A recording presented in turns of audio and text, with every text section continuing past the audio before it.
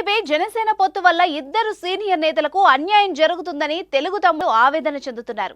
సీట్ల సర్దుబాటుల్లో ఏకంగా మాజీ మినిస్టర్లకే హ్యాండ్ ఇచ్చే పరిస్థితిపై టెన్షన్ పడుతున్నారు. 2024 ఎన్నికల్లో ఆ ఇద్దరు అగ్రనేతలు ఖాళీగా కూర్చోవాల్సిందేనా?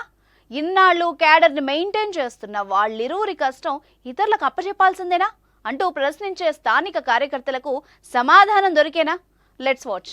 గజం కేవలం 26,000 రూపాయలతో 165 గజాల భూమి కేవలం 52 లక్షలు మాత్రమే. తెనాలి నియోజకవర్గానికి మకుటం లేని మహారాజు ఆలపాటి రాజేంద్ర.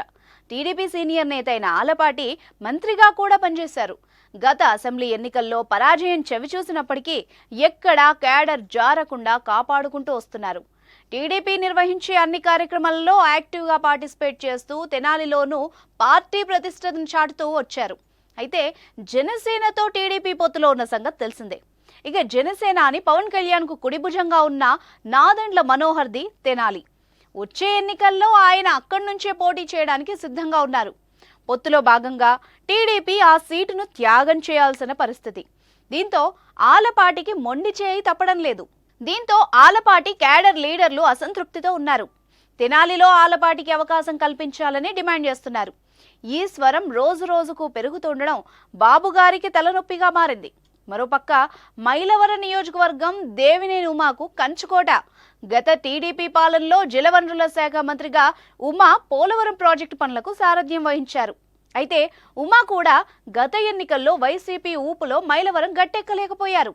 ఆ స్థానాన్ని వైసీపీ నేత వసంత కృష్ణ ప్రసాద్ గెలుచుకున్నారు. అయితే తాజాగా వసంత కృష్ణ ప్రసాద్ టీడీపీలోకి రాబోతున్నారు. మైలవరం టికెట్ వసంత కృష్ణ ప్రసాద్ కు ఇవ్వబోతున్నారన్నది టాక్. దీంతో ఉమా అగ్గి మీద గుగ్గిలం అవుతున్నారట. కొత్తగా వచ్చిన వాళ్లని అందలం ఎక్కిస్తే 4.5 ఏళ్లుగా ఇక్కడే ఉన్న మా పరిస్థితి ఏంటని ఆయన ప్రశ్నిస్తున్నారు. మైలవరం నుంచి తనకే టికెట్ ఇవ్వాలని దేవినేని డిమాండ్ పెరిగింది. మొత్తానికి పొత్తుల ద్వారా ఎన్నికల్లో విజయం సాధించాలని అధినాయకత్వం భావిస్తుంటే పోటీ చేసే అవకాశం కోల్పోతున్నామని నియోజకవర్గాల నేతలు గగ్గోలు పెడుతున్నారు. అధికారంలో లేకపోయినా పార్టీని కంటికి రెప్పలా కాపాడుకుంటూ వస్తుంటే తమకు పోటీ చేసే ఛాన్స్ ఇవ్వకపోతే ఎలా అంటూ అనుచరులు కార్యకర్తల దగ్గర సీట్లు మిస్ అవుతున్న నేతలు ఆవేదన చెందుతున్నారట. ఇక దీనిపై చంద్రబాబు పునరాలోచించి తమకు న్యాయం చేయాలంటూ డిమాండ్ చేస్తున్నారట.